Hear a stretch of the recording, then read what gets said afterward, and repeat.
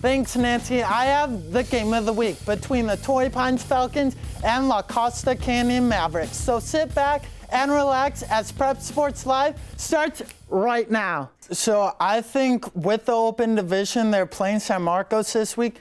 I think that's going to be a very easy win for them. They're going to move on to the championship game, and I picked Torrey Pines to win. But LCC, even though they lost 38-0, they do have a first-round bye.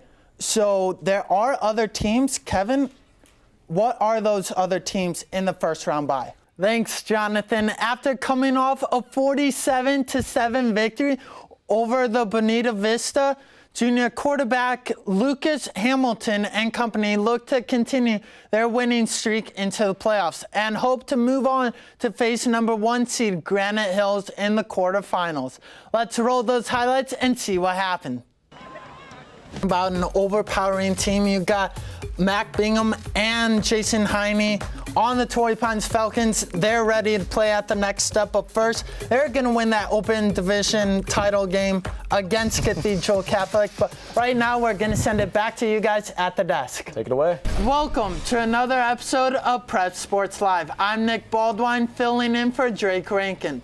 And tonight, we'll be bringing you the biggest matchups of the CIF San Diego quarterfinals, along with the nominees for our first ever PSL award. I get to kick off our show tonight with the Helix Highlanders and Grossmont Foothillers. Right now, the tape shows two very different teams. Helix has won 5 of their last 6 games, while Grossmont is 3-3 in the same time span. Let's see which team was able to move on to the next round. Starting off this week's show is a matchup between the El Camino Wildcats and the Rancho Bernardo Broncos. The Wildcats were coming off a traumatic game last week that ended in a fight on the field with the suspension of 4 of its players and 1 coach. How would they fare against the Broncos with their linebacker Luke Manos, who is currently leading the county with 9 sacks and 25 tackles? Our own Nancy Cordero has more for this. Nancy, talk to me. Up next, we got a matchup between the number 8 ranked Lincoln Hornets and the number 7 ranked St. Augustine Saints. The Saints have a strong defense that has only given up 45 points and has combined for 27 sacks through 5 games. Jordan Spurgeon has the breakdown on this one. Jordan, what do you got? Thanks, Jonathan. Sarah High School enters this game with a 9-3 record, while Kearney comes into this game with a 10-1 record. Will the Conquistadors conquer their way to the upset, or will the Comets shoot straight into the championships? Let's roll those highlights to find out. Thanks, Jordan. The Saints defense definitely lived up to their numbers in this one. They will move on to face the Cathedral Catholic Dons for the next week Holy Bowl. Thanks, guys. The undefeated Torrey Pines Falcons at 8-0 travel to La Costa Canyon to take on the Mavericks in this Avocado League showdown. The high-powered offense of the Falcons with Mac Bingham and Jason Heine, the Maverick defense will have their hands full. Let's roll those highlights. On the opening kickoff, Torrey Pines drills the ball all the way to the 1-yard line, only to be taken to the 50-yard line by Mr. Trevor Gonzalez. What a great start for the Mavericks. But in the first quarter, on the Falcons' first drive, Jason Heine from the 32-yard line pitches the ball to Max Bingham, bounces to the outside as he scores a 32-yard touchdown. In the second quarter, Jason Heine fakes the ball to Bingham and runs for 10 yards to set up the Falcons for their second touchdown of the night. On the very next drive, the Mavericks look to punt, but try to catch the Falcons off guard by quickly changing the play, but the Falcons come up big and get the stop on 4th down.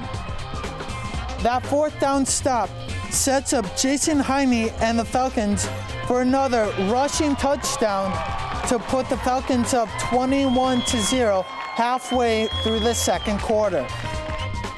Jason Heine keeps on adding the rushing yards and rushing touchdowns with this beauty from the 42-yard line to make it 31-0 before the half.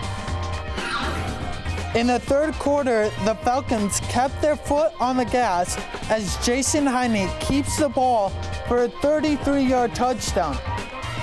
I'm sure that's his third touchdown of the night. What a quarterback.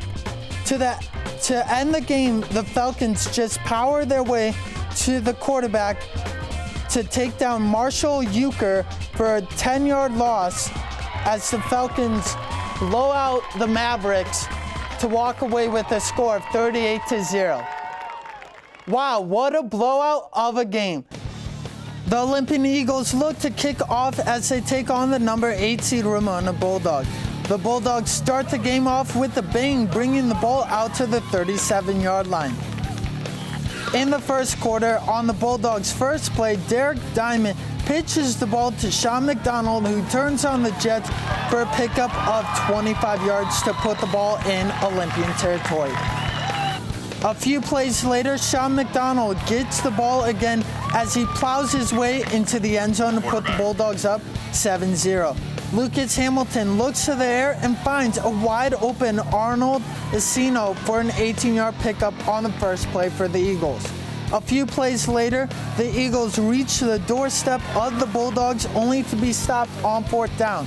The Eagles get the ball back near midfield where Lucas Hamilton hands the ball to Demarion Thornton as he burns the Bulldogs for 39 yards. In the second quarter, Derek Diamond rolls out from his own 40 and throws the ball up only to be caught by Ace Jones, who gets chased down at the 5-yard line.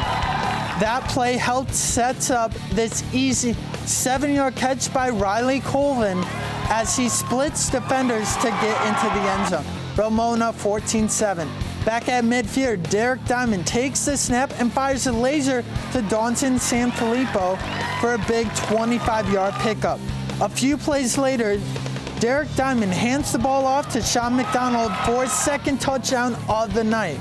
Right before the half, Lucas Hamilton finds Anthony Jalipin on the side to put the Eagles in field goal range.